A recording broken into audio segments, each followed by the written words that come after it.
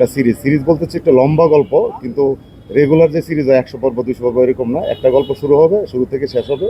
আমার গল্পের একটা ট্যাগলাইন যে তকির ভাই বলছিল, পরিবারেই শুরু পরিবারেই শেষ।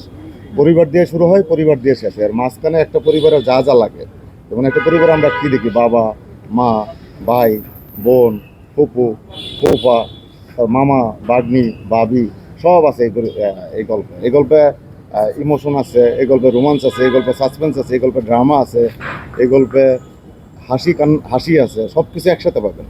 মানে সম্পর্কের গল্পে যা যা লাগে, একটা পরিবারের বাসায় যা যা আছে সব আছে। এবং এমন না যে দেখলে বোরিং লাগবে, আপনাকে একটা সিকোয়েন্স দেখার পরের সিকোয়েন্সের জন্য ওয়েট করতে হবে। আপনি সবসময় সম্পর্কের গল্প কেন বেছেন? সম্পর্ক বিশ্বাস করি আমি, আপনার সাথে সম্পর্ক আছে বলে আপনি আসছেন এখানে।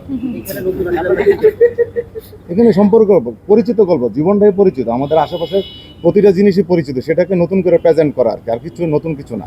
এগুলো দেখা গল্প, এগুলো দেখলে আমার কাছে আমার বিশ্বাস যে যারা পরিবার বিশ্বাস করে সবাই বিশ্বাস করবে গল্পটা, সবাই ক্যারেক্টারগুলোর সাথে কানেক্ট করবে।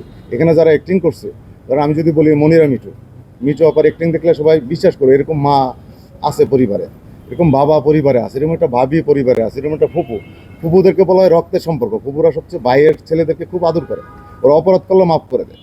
তো এই টাইপের একটা ক্যারেক্টার আছে। ফুপার তো বোন আছে একটা ছোট পিচ্ছি, সবাই আদর করে। তো ফুপার একটা ডিফারেন্ট ক্যারেক্টার আছে, সেটা এরকম আমাদের সোসাইটিতে এরকম গল্প হয় সহজে, কমন গল্পই পাবে। আর এই গল্পে আমার 3টা গান আছে, 3টা নতুন ফ্রেশ গান। আমি বিশ্বাস করি এই যে একজন সিঙ্গার চলে আসছে, 3টা গানই ডিফারেন্ট। টাইটেল সংটা, পারিবারিক সংটা আরিফিন রুমি মানজুর লিখছে। আর